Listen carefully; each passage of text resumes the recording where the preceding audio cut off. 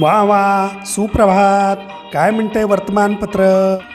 मोदींचा तिसऱ्यांदा शपथविधी. अरे, घरात आज कुणी वर्तमानपत्र वाचायचं नाही, त्यापेक्षा टीव्ही बघूया.